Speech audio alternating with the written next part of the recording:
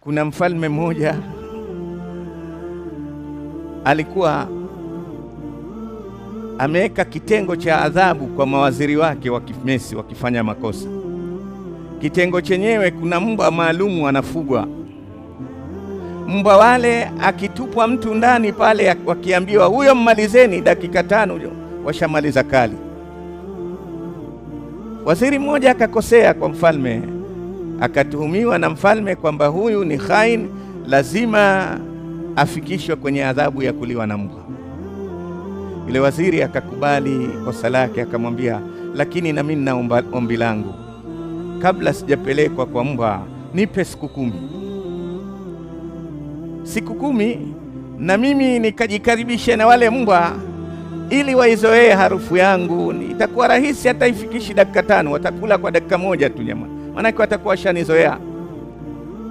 Mfalme anamwambia, hata ukipewa mwezi wewe chakula cha mbwa.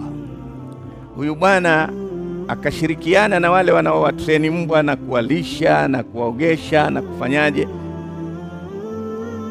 kwa siku 10.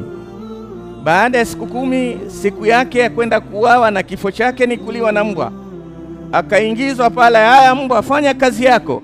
Wale mbwa wakao wote wanamlamba-lamba na kulialia na kumfanyaje. Mfalme akasema, mchawi huyu kawaroga mbwa. Akamwambia mfalme, sijawaroga mbwa, nimewafanyia wema siku 10, wametambua wema wangu, wanaregesha shukurani.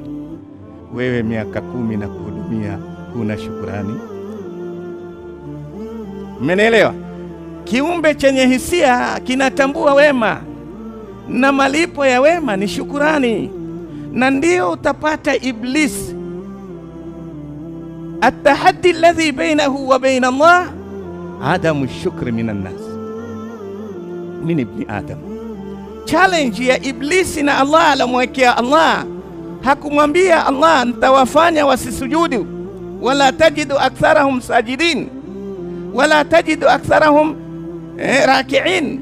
Hakumwambia nitawakataza wasisujudu, hutawapata wengi hawasujudu. La atiyannahum min baini aydihim wa min khalfihim wa an aymanihim wa an shamailihim wala tajidu aktharahum shakirin.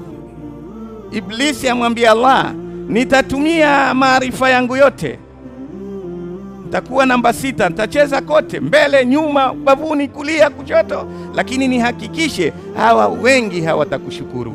Iblisi ajua mwanadamu hawezi kuwa mzuri bila ya kumshukuru yule aliyemfanyia wema.